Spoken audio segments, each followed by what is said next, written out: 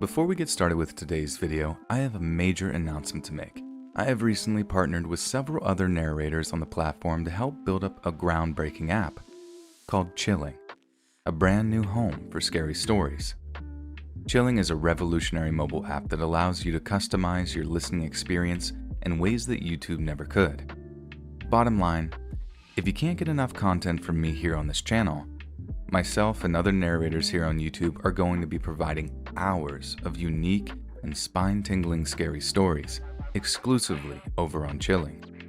Before you go download and start your free trial, let me share with you a little of what all Chilling has to offer. We have hundreds of amazing stories, terrifying true stories, and different categories of horrifying fiction. There is something for everyone. And even though Chilling has plenty of pre-generated playlists, you also have the ability to mark stories as favorites and mix and match individual stories to create your own customized playlists. Try doing that on YouTube. One of the most exciting things about Chilling is our one-of-a-kind ambient sound menu. You can select and change the background noise of the story. This change happens seamlessly without impacting the story you're currently playing, so you can start a story off sitting by the crackling of a campfire, but by the end, find yourself stuck in a thunderstorm.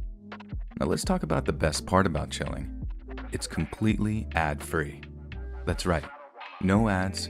You can listen to hours of stories with zero interruptions. And as much as you might love listening to my YouTube channel, I wanted to give you more options. And this is just the beginning. We'll be adding content multiple times a week and expanding the variety of content to include classic novels and audio series. Beyond narration, we're already hard at work to add the ability to stream video content in the form of Chilling original movies and shows. And it doesn't stop here, because at the end of the day, we built Chilling for you, and we can't do this without you. We need your honest feedback. Tell us what you'd like to see in the future. We'll be sending our subscribers surveys so you can share your thoughts with us, and we'll honestly take a look at every one of them. These first few months are so important for us to fine-tune the platform to become something special, and I hope you will follow us on this journey. So what are you waiting for? Download now and start your free trial today. Go to your app store and search for Chilling, or simply click the link in the description below.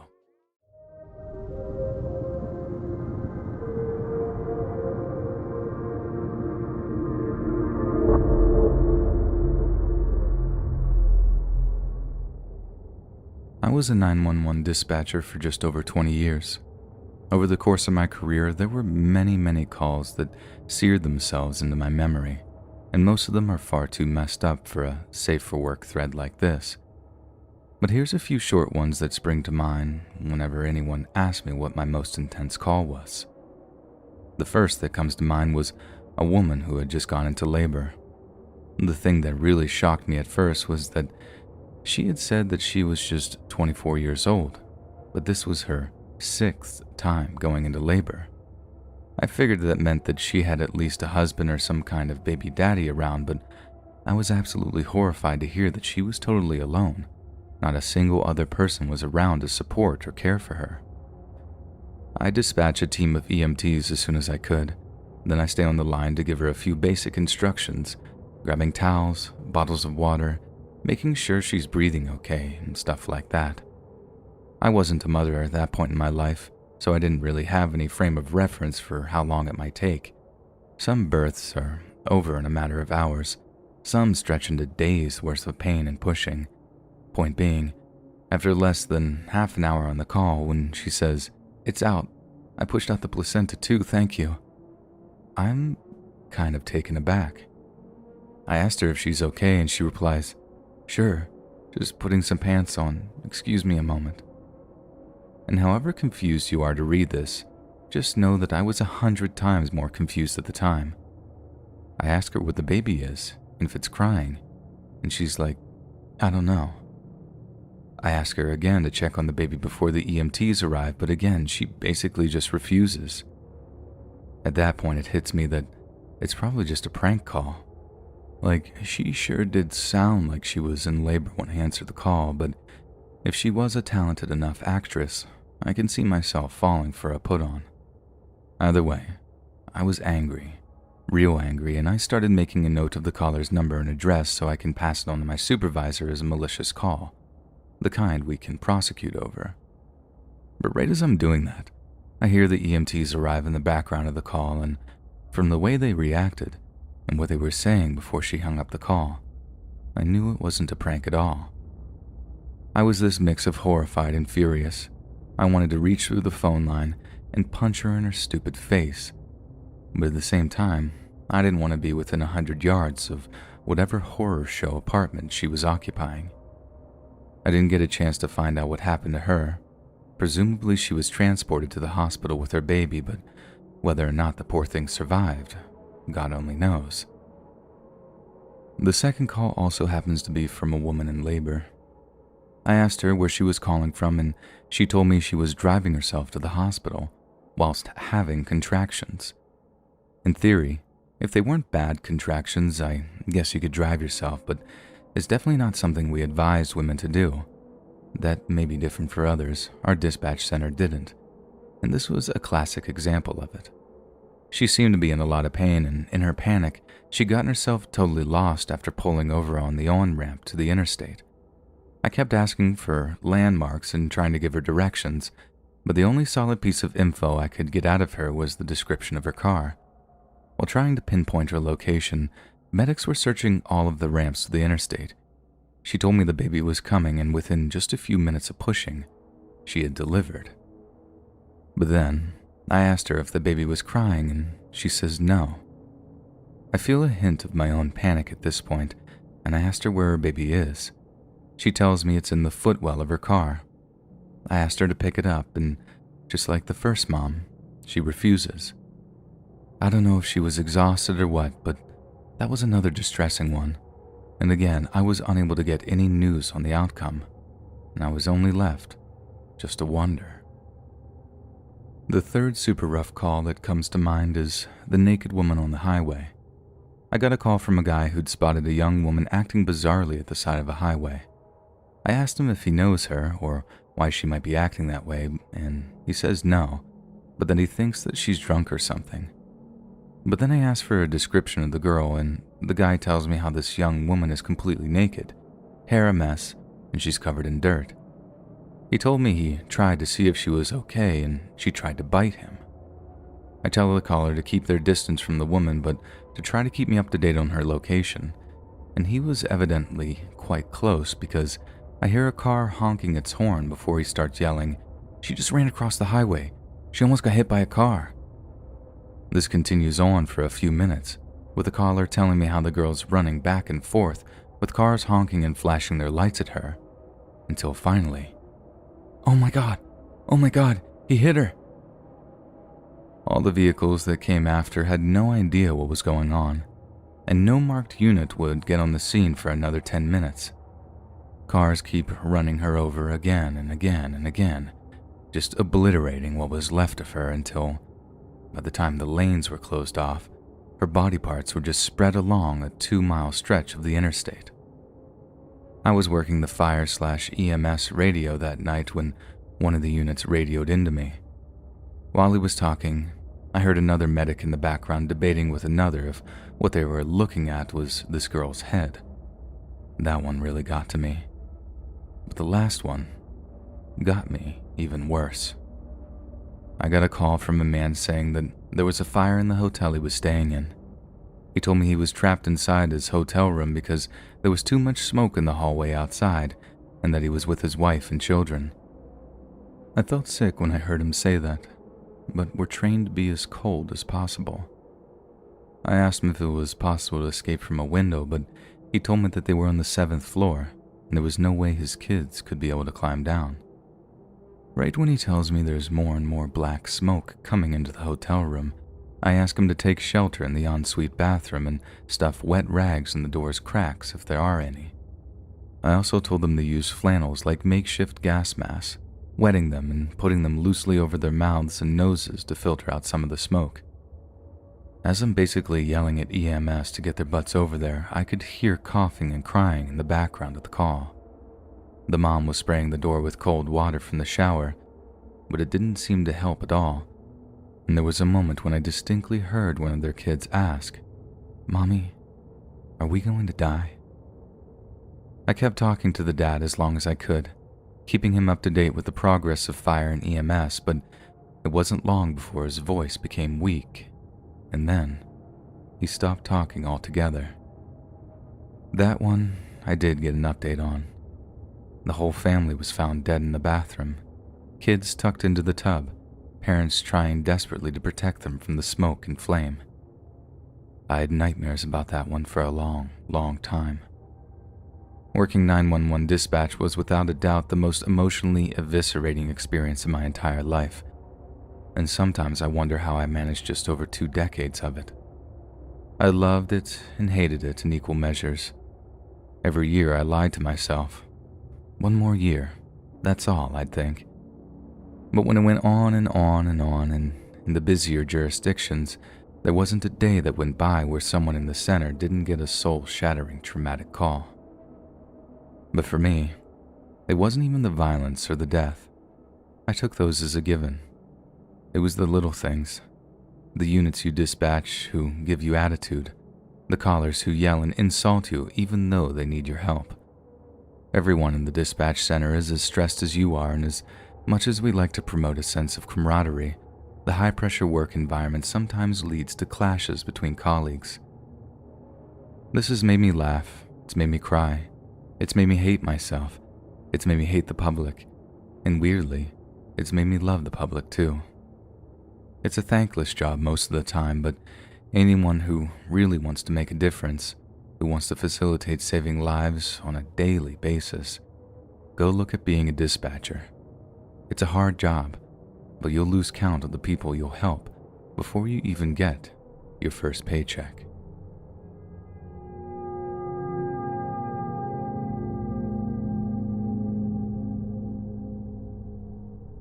This is actually the story of a call that I received in my first month of the job. I've been a 911 dispatcher for almost 13 years, and probably the worst call I ever had was on my first month on duty. How's that for rotten luck? If I get any of the minor details wrong, please don't hold it against me. The incident happened in 2009, and the person responsible was caught and charged, so you could probably Google it and find out exactly how the whole thing unfolded. But for now, I'll just tell you my memory of it. This happens bright and early around 7 a.m. I get a call in which a male in his 30s is just screaming into the phone. I make out the odd word here and there, help being the most frequent, but if you scream into a handset, especially a landline, it's possible that the sound just kind of fuzzes into nothingness.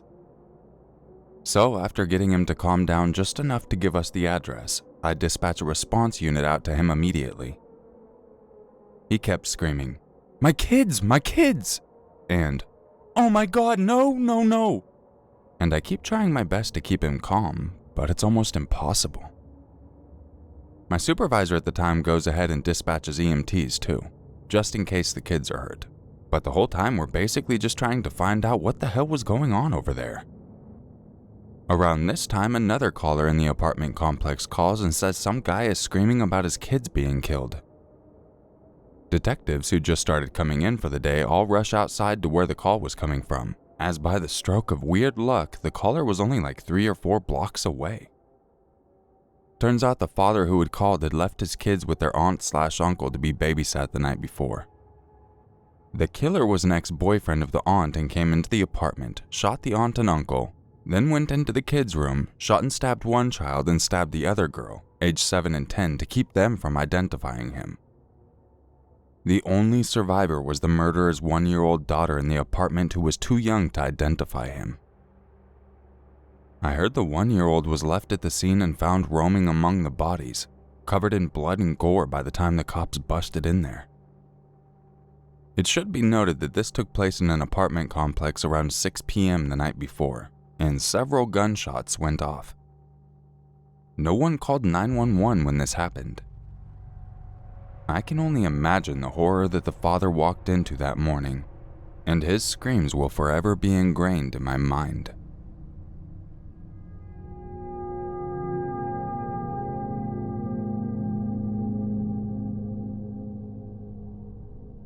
Back when I worked full-time for the fire department, I used to take the odd shift working the medical side of the 911 dispatch center.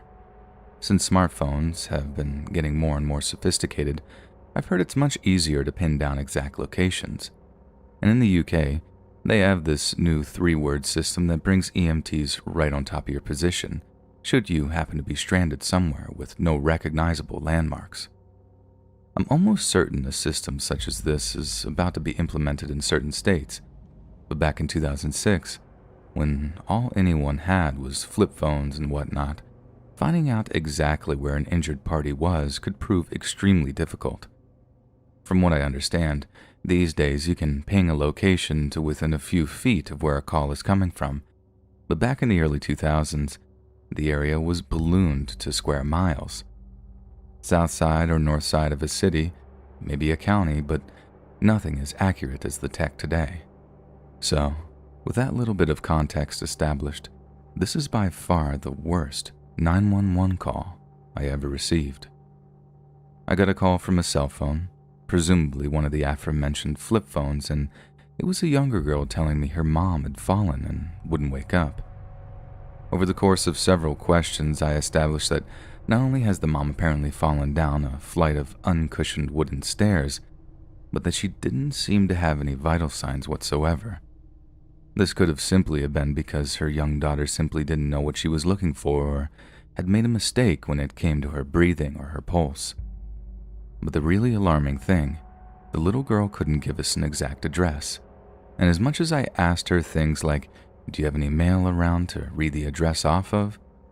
nothing seemed to work. She couldn't find anything, she couldn't remember, and she was beginning to panic. And in a situation where every single second counts, we were burning valuable time. What's worse, all she could say about where she lived was that it's a farm.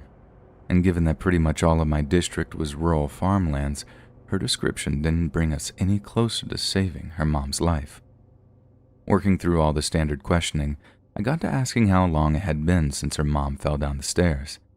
She told me her mom had fallen just after her favorite TV show had started, and doing the math, I figured out that she'd been down for 30 minutes at the very least.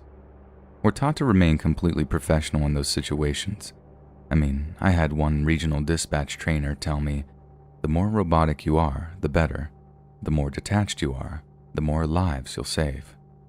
But in that moment, hearing the mom had been out for like a half hour, I felt my heart sinking. It was like an ice block in my chest.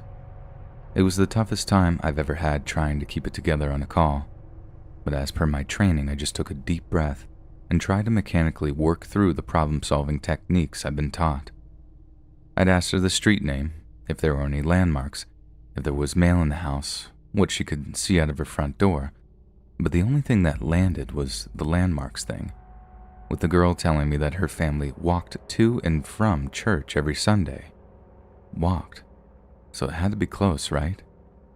Seconds later, my supervisor and law enforcement are scouring a map of our assigned area, marking off every single church within a few miles of working farms. When they'd narrowed it down to a total number of 5 churches that could feasibly be walking distance for a family with small children, we dispatched a unit to each one with specific instructions to go in lights and sirens the whole way.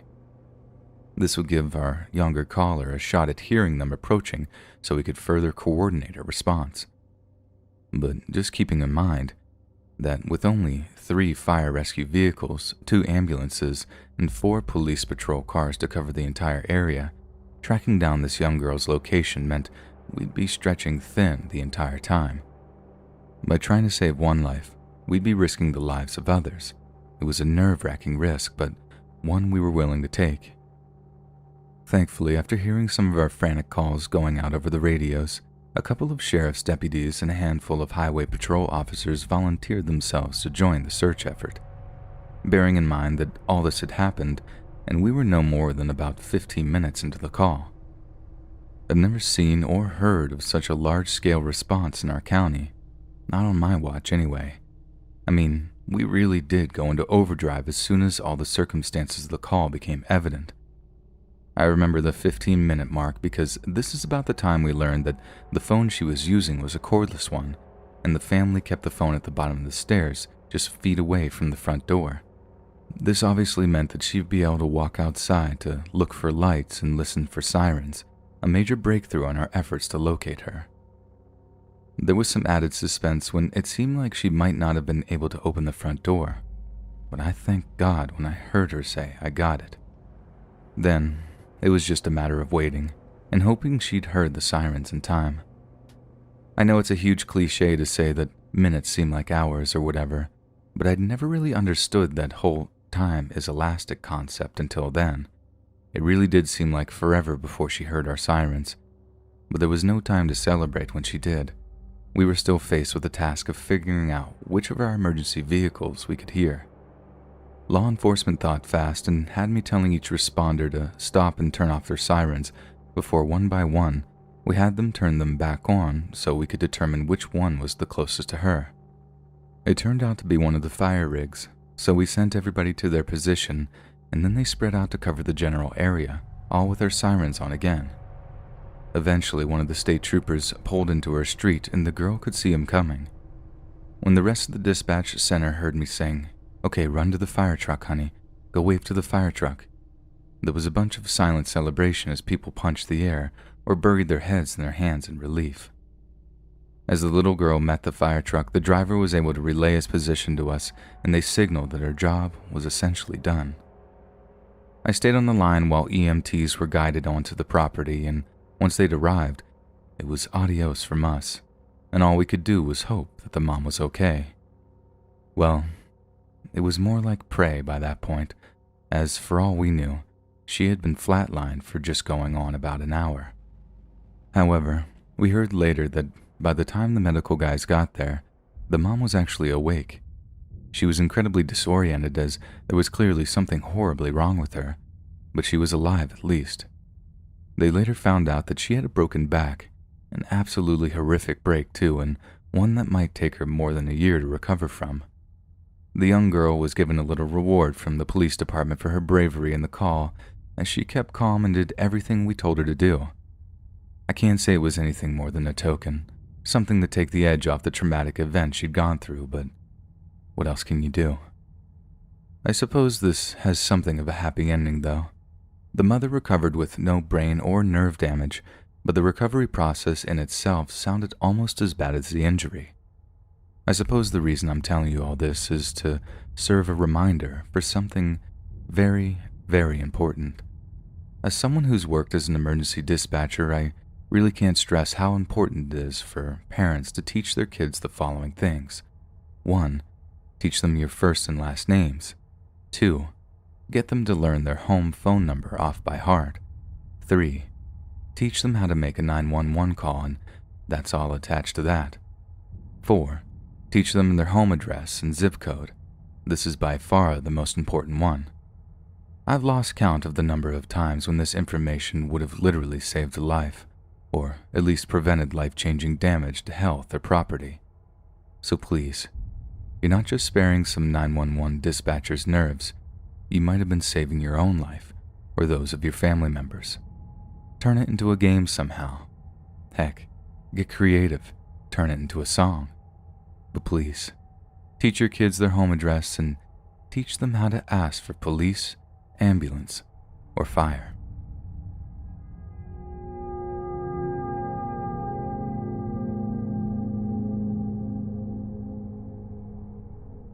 As ironic as it might sound, the scariest dispatch call I ever got came in on the non-emergency line.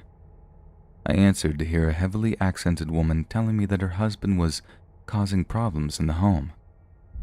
I could tell that she was kind of panicked, and since she apparently didn't speak too much English, I quickly requested the help of an interpreter.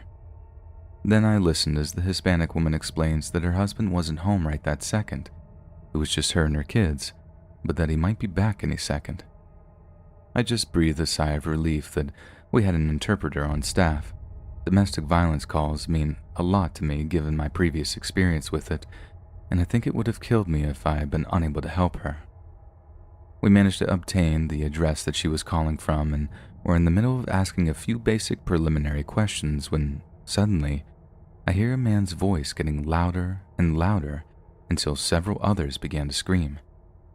I then hear the telltale sound of the phone's handset hitting something hard, this sharp electro jank from where whoever was holding it had been forced to drop it in a hurry. I immediately asked my coworker who was working on the main police channel to send the officers code 3, lights and sirens, but the yelling and screaming seemed to go on in the background of the call, with no one talking into the handset. Suddenly, I hear the sounds of someone picking up the handset and putting the phone to their ear. I'm saying, ma'am, are you there?" over and over again. But it wasn't the lady who spoke next. It was a man's voice, and they sounded chillingly calm as they began to talk in Spanish. The interpreter relays to me that the man was telling us that everything was fine, and there was no need to send any police officers. But I could tell that the situation was anything but fine. But I kept him on the line as long as I could, relaying questions through the interpreters regarding who he was, what was happening, where the call was coming from. He's just dismissing them all, insisting there's no emergency, but it doesn't matter, because I keep him on the line just long enough for the responding unit to catch him unaware. I actually heard the officers busting their way into the property and ordering the guy to show them his hands.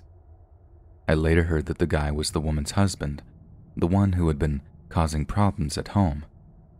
After she kicked him out and changed the locks, he'd come back with a knife to repeatedly stab her in front of their children.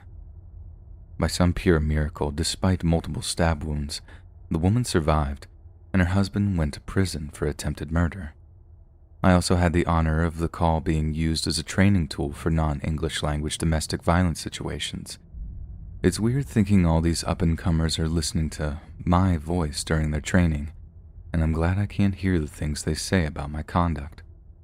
But if I can help stop potentially deadly incidences of spousal abuse, I think that makes it all worth it, don't you?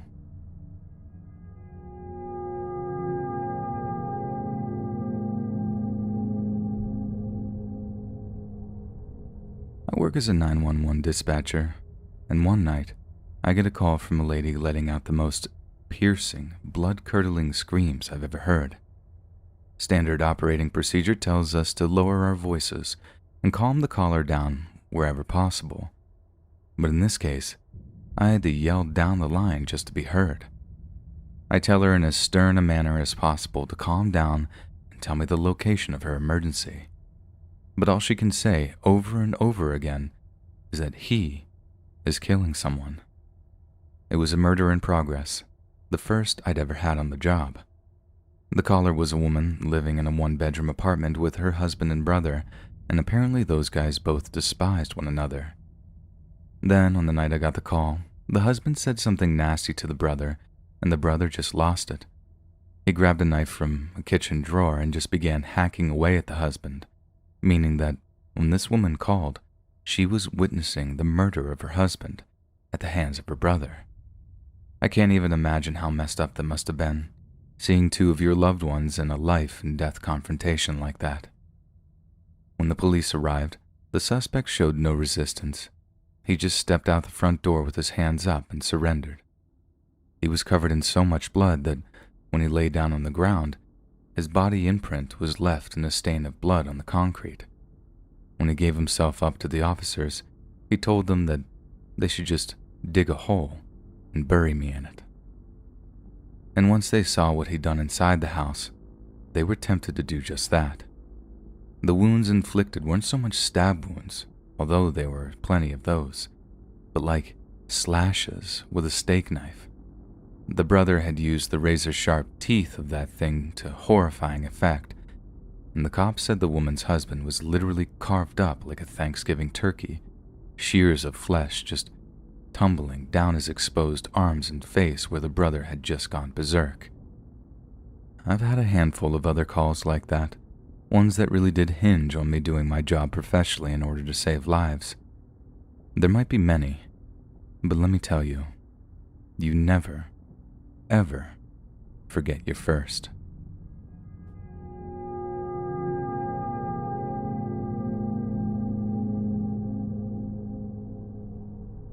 I always remember this as happening exactly after my 8th wedding anniversary. I was working nights at the time, so me and my husband ended up having the whole night to ourselves. Needless to say, I was in something of a chipper mood by the time I got to work. It was around 3:30 in the morning, and I was sitting in my pod telling my coworkers how my husband had gotten me a spa day. The last thing I hear before the phone rings is one of them say, "Bring back some face masks so we can pamper ourselves in the dispatch center." The thought of us doing our jobs with mud masks on made me laugh out loud, and I had to calm myself a little before picking up the call. That's the thing about working dispatch. Your shift goes from 1 to 100 with some calls. You're just sitting there, minding your own business, and the emergency just comes to you. And Jesus Christ, was this one an emergency? I opened with the usual, 911, what is your emergency? And I hear a soft, whispered female voice, couldn't have been any older than a teenager, say, "I can't do this anymore. Please help me." Right when I ask where she's at, I hear a male voice shouting, and then a banging sound as if someone is trying to break into the room this girl is in. I dispatch a nearby unit of cops as quickly as I can, telling them it's a potential domestic violence situation. In a way, it was a potential domestic, but in others, it was much, much worse. This girl was 13 years old, not much older than my son is now, and she had a gun to her head. It was her father on the other side of the door, and he was indeed trying his darndest to break it down. But it wasn't to hurt her. It was to stop his daughter from shooting herself. I joined him, pleading with the girl in as calm and calculated a way as possible to put the gun down, but all she did was say it again. "I can't do this anymore," before she pulled the trigger. I'll never forget the bang, or the screaming on the line as her father finally broke the door in, and the sound of him screaming how sorry he was. That shrill, empty, hollow shrieking. It'll forever be burned into my memory. It was probably one of the single worst moments of my entire life, but still, I had to keep it together and keep working. "Pick up the phone, sir. Please pick it up," I kept saying. "I need to walk you through CPR, sir. Please pick up the phone. Deputies are coming. Paramedics are coming. But please pick up the phone." No one picked up the phone. I don't think he could hear me over his own screams. I stayed on the open line, calling out to someone to pick up, but there was a weird noise before the screaming sounded further away, almost like the phone had been tossed to one side. As the paramedics and deputies finally arrived on the scene, they called it. There wasn't a surgeon in the world that could have saved that girl's life. The contents of her skull were spread all over her bedroom wall. Signal 7. That was her name now. Death investigation. As I disconnected the call, I remember my upcoming spa just popping into my head. Like a weird, now where was I moment. I guess that's just how we compartmentalize things. It occurred to me that that little girl would never have a spa trip anniversary present from her husband, and how tragic that was. A dumb, self-centered thought, I know, but it was just how my mind opted to process the horror of what I'd just been exposed to. I didn't cry until I drove home. A full hour's drive of just non-stop, ugly sobbing. Pulling into my driveway, I wiped my face, went into my kids' room and hugged them. They started crying too, confused and frightened as to why I was so upset.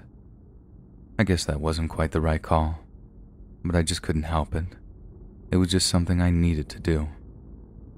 A good number of years have passed since I got that call, and it definitely wasn't the last time that I had to deal with something like that.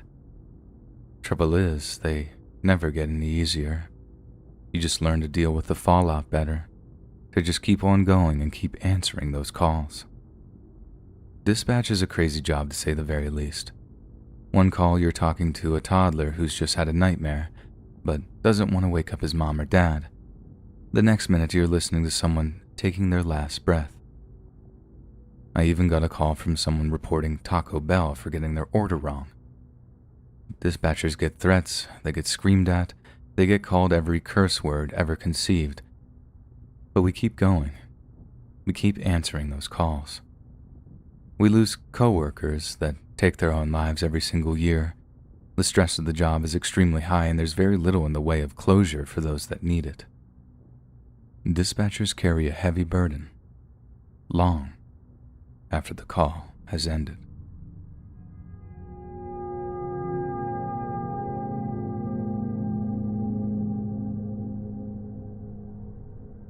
Around 25 years ago, it was a typical serene Sunday morning in the upstate New York Sheriff's Office 911 center I worked in. But when I say New York, I mean way upstate. Think the Adirondack Mountains, streams, beautiful lakes, and people from Long Island in their summer homes. The most serious calls we ever took tended to be accidents on the interstate highway that ran the length of the country, or domestic disputes that never involved an arrest. May I remind you that this was a long time ago, and house fires. You get the idea. Sunday shift, picture the serene, newspapers out on the consoles, Dunkin' Donuts still gave free donuts and coffee to road patrol deputies, and us underpaid, forgotten, and normally overworked dispatchers. 911 rang, and I was so bored that I actually jumped on it, thinking it's probably a parking complaint about a church from a frequent flyer with nothing else to do. Nope. Open line in the actual freaking middle of butt-kiss nowhere. A minimum of 20 minutes response time for any unit, police, fire, or EMS. Instantly you know it's going to be a tough call. I heard an adult female in the background say, "Oh my God," before adding something about burning. She then picked up the phone and adds a desperate "help" before it sounded an awful lot like she dropped the phone again. Next thing I heard was a door of some description slamming. Then about 30 seconds later, a distant bang, like a firework or maybe a propane canister exploding. Well, I dispatch all 3 types of emergency units as per policy with unconfirmed type of emergencies, but I was 100% sure the house was on fire because of the burning comment. And then I heard, "Please help me," again, only very softly. Positive that the house was burning, I tried in vain to get a response and kept asking if she was alone, get out, etc., all the while updating and expediting units on the radio. First volunteer fire chief arrived and reported no fire, so instantly I'm like, what's going on here? But the fire chief ran around the house checking for smoke, but instead he found a man in the backyard, motionless, and holding a gun. This is the day I found out that a 12-gauge shotgun fired point blank into the chest of a 30-year-old woman holding a phone sounds almost identical to the sound a screen door makes when it slams. I listened to the poor woman's last words as she died alone on her kitchen floor, and I also somehow managed to send a firefighter directly into a life-threatening situation. There's no academy course that exists that can teach you how to deal with stuff like that. Took me a long time to stop equating a slamming screen door with gunfire. Try explaining that to your family and friends when one of them lets the screen door close a little too hard on Labor Day weekend. Anyway, the firefighter turned tail and ran, and the guy turned the gun on himself instead, but didn't get it quite right and survived initially. The number of resources spent trying to save him before his inevitable death was ridiculous. But because I was also a volunteer EMT, I understood it. The medics on scene even got med flights to transfer him to a trauma center, but they couldn't save him. So I guess karma worked well that day.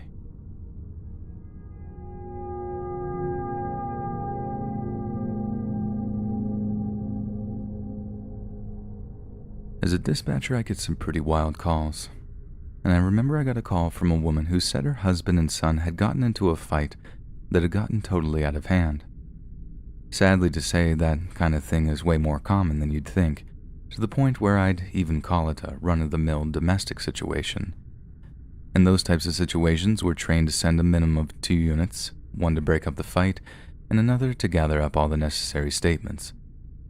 While they're on their way, I ask the woman what her husband and son are fighting over, whether this is regular behavior for them, and the whole time I can still hear them screaming and shouting in the background. Occasionally a door will slam, the voices get louder, the woman begs them to stop, and the cycle just keeps going on.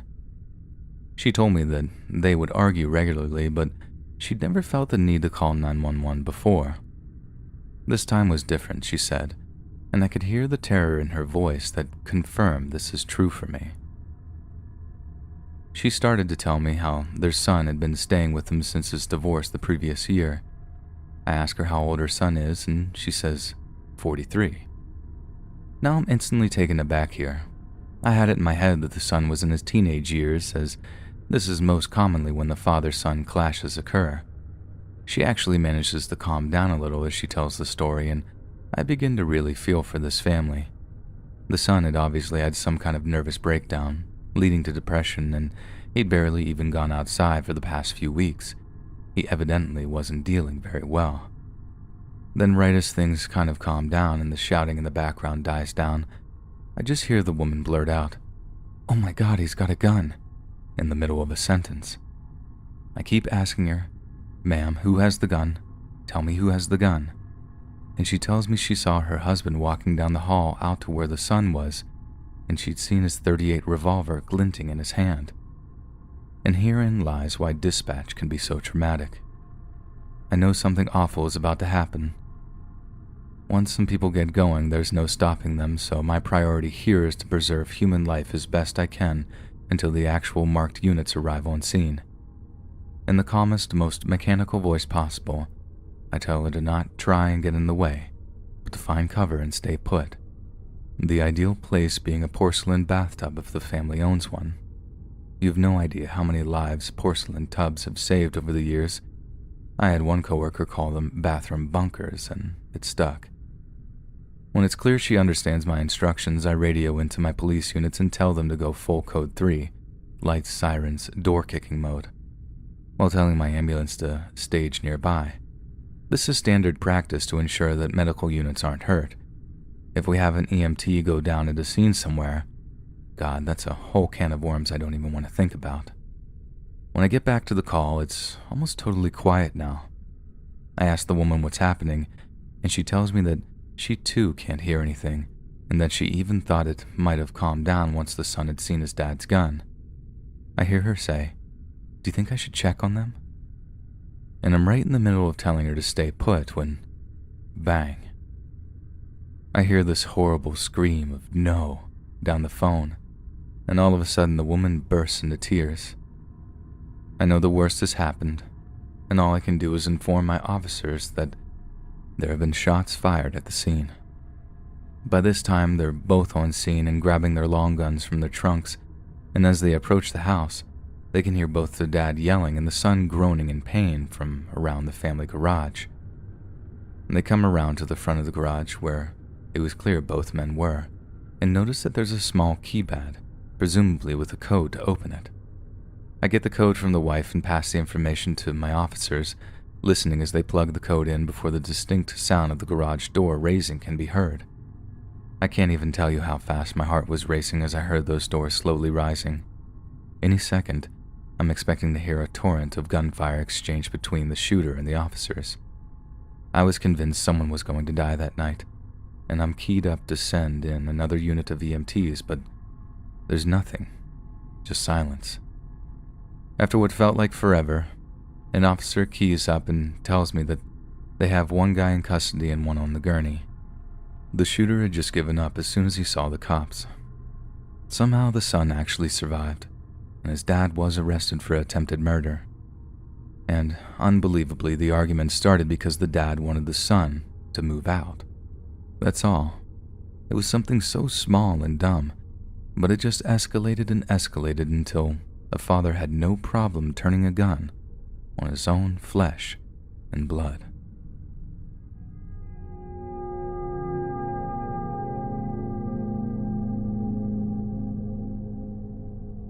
As an emergency call dispatcher, I once got a call from an elderly lady out in the countryside. She was around 70 years old, as sweet as can be, and politely asked me for some advice on an injury she'd gotten. She'd had an accident while preparing dinner for her family, who were on their way over in the next hour or so, and wanted to know if it was serious enough for her to have to request an ambulance. So I go through the usual routine of asking her name and address, then ask how she cut her hand. She starts by saying that she was breaking down a chicken carcass with a meat cleaver, and immediately I'm thinking, uh-oh. She then says something like, I must have just come down a little bit too hard on it, dear, because the next thing you know, my thumb hurts and I'm bleeding something awful." I ask her whereabouts she'd cut herself, and she says, "Just between my thumb and my first finger, dear," which confused me at first. She'd cut the area between her thumb and finger, but she said that she'd come down hard on it, and that could only mean that... "Can I ask you, madam, have you actually severed the thumb?" I asked, absolutely dreading the potential answer. "Oh no, dear," the elderly woman said. "Well, mostly, but it's still hanging on a bit. I think I might be in a bit of shock. Do you think you could send me an ambulance, please?" I'd already dispatched an ambulance right around the time I'd suspected that she'd gone and cut her thumb off. The poor old woman, she must have been absolutely terrified, and the idea that she didn't want to trouble us with what was without a doubt a life-threatening injury, it broke my heart.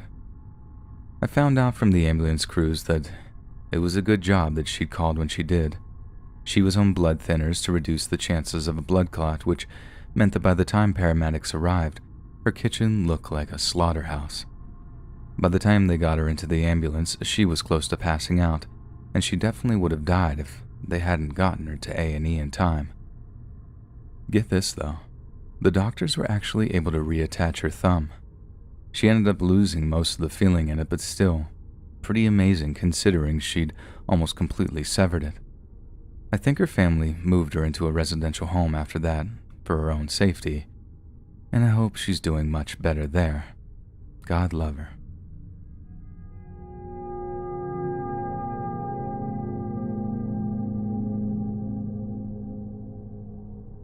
This happened during my final year of EMS dispatch, and honestly, it's one of the calls that started me off thinking about quitting. I get a call from a frantic woman who said that she'd walked into her apartment to find her roommate hanging from a hook over a door frame. She'd been holding the girl's legs up to loosen the noose while she called 911, but she didn't have the strength to hold her up much longer and had no idea what to do other than call 911. I ask where exactly in the apartment she is, and she says the door frame between the kitchen and the hallway. I ask if it would be possible to gently lower her friend, run into the kitchen and grab a knife to cut them down. She says she thinks so. I counter into it like, "Okay, ma'am, we're gonna grab a knife in 3, 2, 1, go." I hear her grunt a little as she lowers the body, then cutlery jingling together as she grabs a knife, and finally, the thud of her roommate's body hitting the floor as she succeeded in cutting the rope. Okay, I cut her down," she says after grabbing the phone again. I tell her the EMTs are on their way, but then I finally get to asking her how long her friend had been hanging. She tells me she has no idea, that she's been working all day. I tell her to begin CPR if she knows it, which she does, and after a few cycles of chest compressions and mouth-to-mouth, she picks up the phone again and says, "I don't think it's working." I tell her to keep going and that it's essential to keep trying. That's when the lady hits me with, "But she's cold. She's so cold." I had to take a minute to compose myself. Those words hit me like a ton of bricks for some reason. I dealt with worse calls than that. Straight up triple murders, assaults, all that, but hearing this girl tell me how cold her friend was just tore me up. Just over a year later, I retired. I don't regret my career in dispatch, and I know I made a difference out there. But there's only so much one person can take, and it was that call among a handful of others that just pushed me over the edge.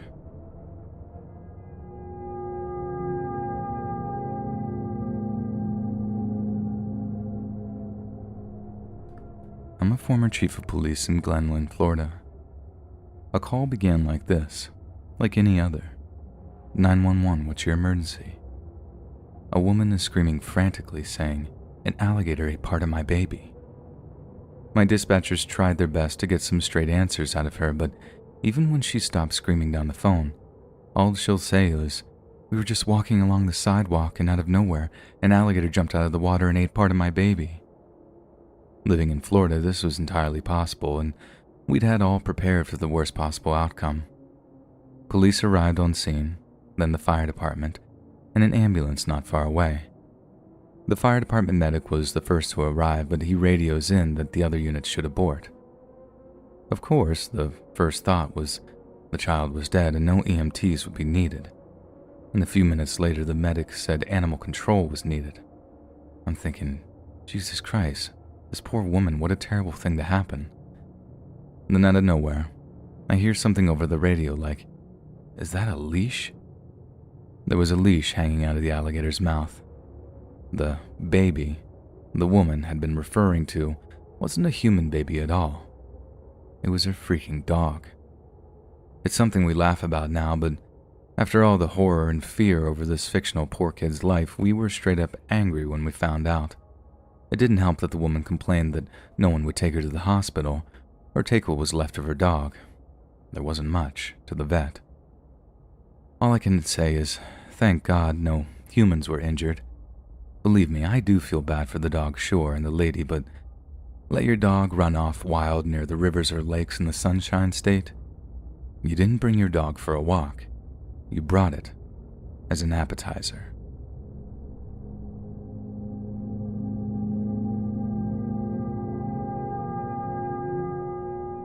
As a dispatcher, I had a call come in from a woman who was screaming that someone in the house was being stabbed.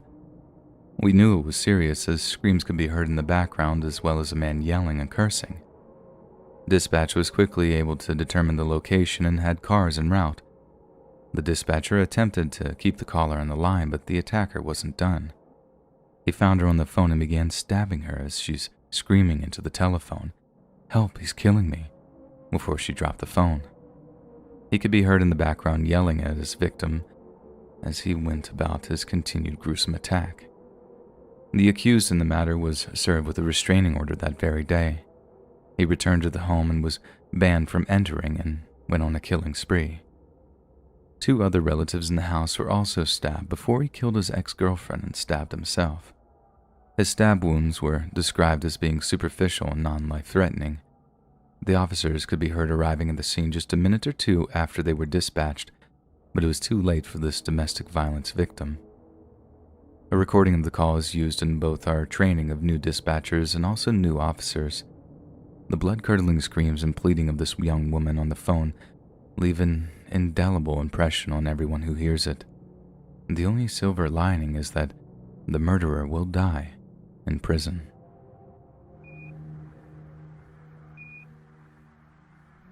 Hey friends, thanks for listening. Click that notification bell to be alerted of all future narrations. I release new videos every Monday, Wednesday, and Friday at 7 p.m. Eastern Standard Time, and if you got a story, be sure to submit them to my subreddit, r/Let'sReadOfficial, and maybe even hear your story featured on the next video. And join a live stream on random Tuesdays, Thursdays, and Sundays. And if you want to support me even more, grab early access to all future narrations for just $1 a month on Patreon, and maybe even pick up some Let's Read merch on Spreadshirt.